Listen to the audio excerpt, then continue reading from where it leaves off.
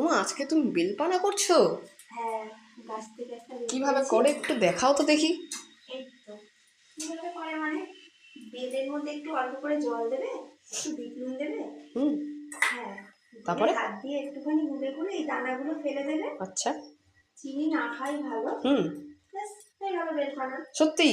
হ্যাঁ। তাহলে করে আমাকে খাওয়াও দেখি। ও আচ্ছা, আমি তো তোমার জন্যই করছি।